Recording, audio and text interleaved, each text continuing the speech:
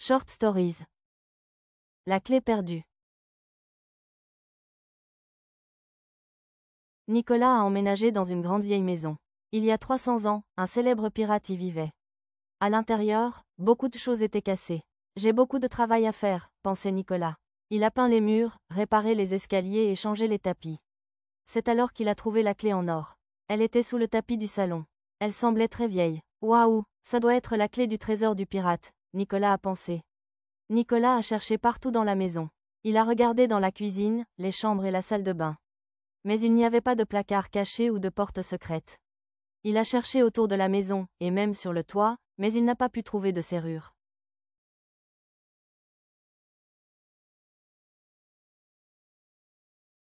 Nicolas n'a pas trouvé le trésor. Le pirate avait gagné. Puis Nicolas a eu une idée. Il a écrit une lettre à la personne qui habitait dans la maison avant lui. Il lui a demandé si elle savait quelque chose sur le pirate, ou la clé, ou une porte secrète. Si vous m'aidez, je partagerai le trésor avec vous, a-t-il écrit. Une semaine plus tard, une vieille femme est arrivée à sa porte. Veuillez entrer, a dit Nicolas. Il lui a offert quelque chose à boire et ils se sont assis. Puis la femme a sorti une vieille boîte en bois de son sac. Elle semblait lourde et solide. Elle l'a mise sur la table. Elle avait une grande serrure.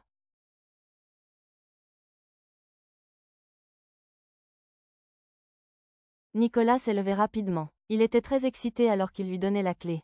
Elle a mis la clé dans la serrure et l'a tournée. Puis elle a ouvert la boîte. Nicolas a cherché des pièces d'or. Mais il n'y avait rien à l'intérieur, sauf une vieille lettre. Il s'est rassis, déçu. Quelle perte de temps, a-t-il dit. Je n'ai pas lu cette lettre depuis 50 ans, a dit la femme. Ses mains tremblaient. Elle tenait la lettre près de son cœur. Nicolas a vu qu'elle pleurait. Nicolas ne savait pas qui avait écrit la lettre. Mais il a vu que c'était vraiment un trésor. Il a pensé, j'espère qu'elle le partagera avec moi.